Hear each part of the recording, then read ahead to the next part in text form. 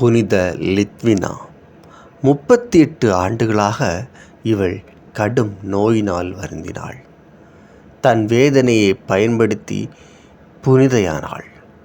கடவுளது வரப்பிரசாத ஏவுதல்களுக்கு எப்பொழுதும் கீழ்ப்படிந்து அவற்றுடன் ஒத்துழைத்தாள். ஆண்டவர் பட்ட பாடுகளை பற்றி அடிக்கடி சிந்திப்பாள். தான் படும் வேதனைகளை இயேசு பட்ட வேதனையோடு ஒப்பு கொடுப்பாள். இவ்விதம் பாவிகளை மனம் திருப்பினாள்.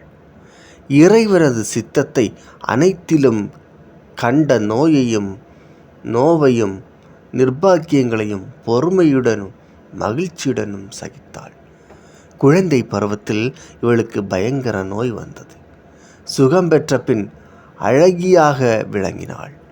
பெற்றோருக்கு உடனே கீழ்ப்படிவாள். கடவுள் மீதும் அவருடைய மாதா மீதும் மிகுந்த பக்தியோடு இருந்தாள். ஒரு பெண் கவனமின்றி இவள் மீது பாய்ந்தாள். இவள் கீழே விழ விலா எலும்புகள் முறிந்தன. அதில் இருந்து இவளை குணப்படுத்த முடியவில்லை. உடலினுள் கொடிய புண் ஏற்பட்டது.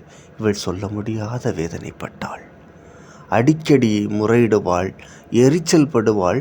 ஒவ்வொரு நாளும் ஆண்டவர் பட்ட பாடுகளை பற்றி சிந்தித்து வருவாயாக. இவ்விதம் செய்தால் நீ கடவுளின் சித்தத்திற்கு பணிந்து நடப்பாய், உனது துயரம் மகிழ்ச்சியாய் மாறும் என்று இவளை பார்க்க வந்த ஒரு புனித குரு கூறினார். அதிலிருந்து இவள் ஆண்டவர் பட்ட பாடுகளை 7 பகுதிகளாக பிரித்து அவற்றை பற்றி ஒவ்வொரு நாளும் சிந்தித்து வந்தாள்.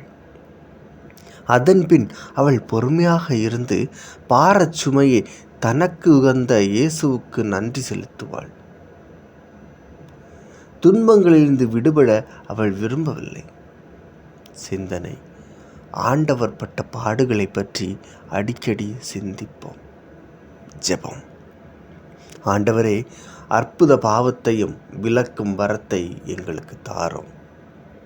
ஆமென்.